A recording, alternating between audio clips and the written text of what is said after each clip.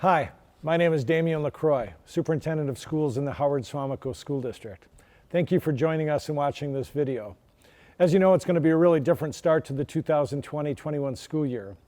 With that in mind, we want you to feel informed, we want you to feel confident, and we want you to know that we have a plan in place to ensure the safety and the well-being of our students, our families, and our staff. And with that in mind, I have our Director of Facilities with me today, Behnke. Thanks for joining me, Al. Certainly. Thanks for having me. Yeah, you're welcome. So we've done a number of surveys, we've done focus groups. Certainly safety, sanitation, cleaning has come to the surface as key issues or areas of concern for those who have responded to the survey. And grateful for you being here today, and certainly for your planning efforts as part of our task force leading up to the release of our back to school plan on July 31st. So what are the main safety precautions the School District Facilities Department is initiating to keep kids as safe as possible?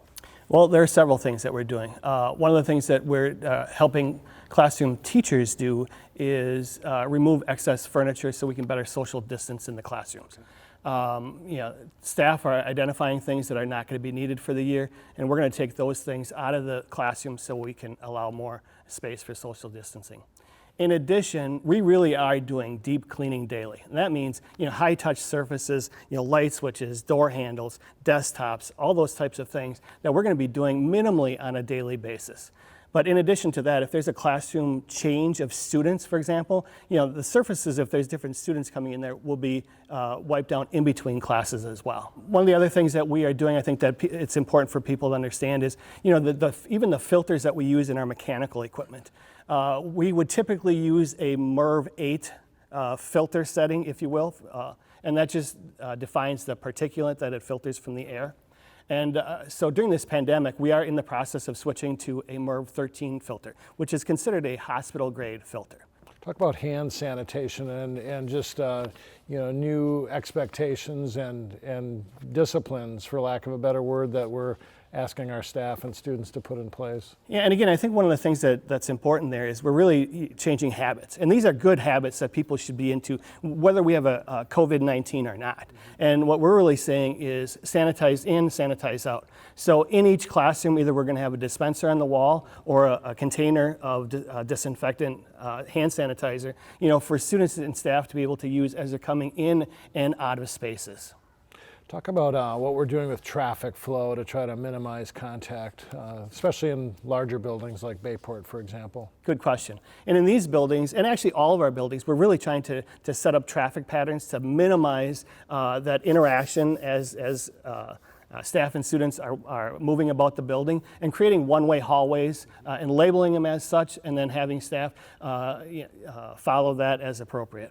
So let's go back to daily deep cleaning, and that's really important. I want to stress and underscore our efforts and our planning in this area. Talk specifically, what does it really mean to do daily deep cleaning? I know you've got a few props here with you, and you can maybe show those off and give some explanation for what does daily deep cleaning actually look like? Sure. In addition to the normal cleaning, we're investing in some of the newest technology that's available, and we bought these electrostatic sprayers that staff will be able to use on a nightly basis and throughout the day if necessary to disinfect the more difficult areas to clean, if you will. Yeah, I hope people know this, but if they don't already, we've got a really dedicated and committed group of maintenance workers, technicians, summer cleaning crew. We met just a few days ago. We gathered the group together. We really affirmed the genuine commitment they have for helping get our students and our staff back into schools safely. So can